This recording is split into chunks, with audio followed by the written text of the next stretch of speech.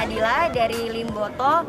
Rasanya habis vaksin kayak nggak ada rasa, cuman rada pegal sedikit sih. Kepada Kapolda Gorontalo dan juga seluruh alumni SMPPN 56 atau SMA Negeri 3 Gorontalo yang sudah mengadakan vaksinasi di Boalemo.